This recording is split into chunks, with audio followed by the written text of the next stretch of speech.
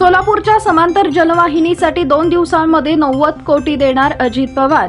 महाराष्ट्र सुवर्ण जयंती नगरोत्थान महाअभियान योजनेअंतर्गत उजनी येथून पाईपलाईन टाकण्यासाठी राज्य शासन महापालिकेला 267 कोटींचा निधी देणार आहे। यातील 90 कोटींचा पहिला हप्ता पुढील 2 दिवसात मनपाकडे सुपूर्द करू अशी माहिती उपमुख्यमंत्री तथा वित्त व नियोजन मंत्री अजित पवार यांनी दिली आहे।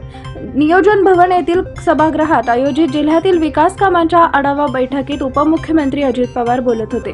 यावेळी आमदार यशवंत माने, आमदार संजय शिंदे, जिल्हाधिकारी कुमार आशीर्वाद, महापालिका आयुक्त शीतल तेली उगले, शहर पोलीस आयुक्त राजेंद्र माने, पोलीस अधीक्षक श्री सरदेश पांडे, अतिरिक्त मुख्य कार्यकारी अधिकारी संदीप कोहिनकर, अप्पर जिल्हाधिकारी तुषार ठोंबरे, निवासी उपजिल्हाधिकारी दादासाहेब कांबळे, जिल्हा अधीक्षक कृषी अधिकारी दत्तात्रय गावसाणे, जिल्हा नियोजन अधिकारी दिलीप पवार, जिल्हा प्रशासन अधिकारी नगरपालिका वीणा पवार, एमजेपीचे कार्यकारी अभियंता अनिल पाटील, माजी आमदार दीपक साळुंखे आदी उपस्थित होते। त्या काळामध्ये उजनीला अजिबात पाणी आलेलं नव्हतं, म्हणून तो निर्णय घेण्यात आलेला होता। मीच त्यावेळेस सरकारमध्ये होतो आणि मीच प्रत्येक धरणातून 2-2 टीएमसी पाणी सोडलेलं होतं। आता उजनीला पाणी बऱ्यापैकी होतं, परंतु ज्या काटकसरीनं ते पाणी वापरायला पाहिजे होतं ते वापरलं गेलं नाही, मायनसमध्ये घातलं। कारण तुम्ही बघा, इथं इरिगेशनचं कुठे आहे का? उजनी शेवटी ज्यावेळेस पाऊस काळ बंद झाला तेव्हा किती टक्के होतं उजनी?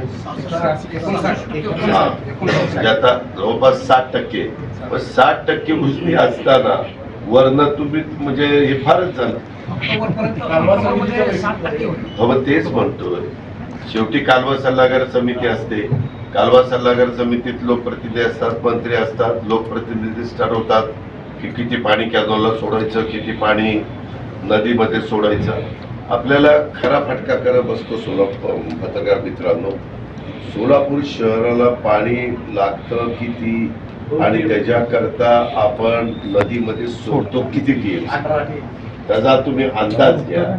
हे इतकं आणि मी वेळोवेळी इतक्यादा त्याच्या संदर्भात आता या आयुक्तांनी बऱ्यापैकी लक्ष घातलेलं दिसतं ना। आम्ही पण आता ती रक्कम द्यायचं ठरवलेलं आहे।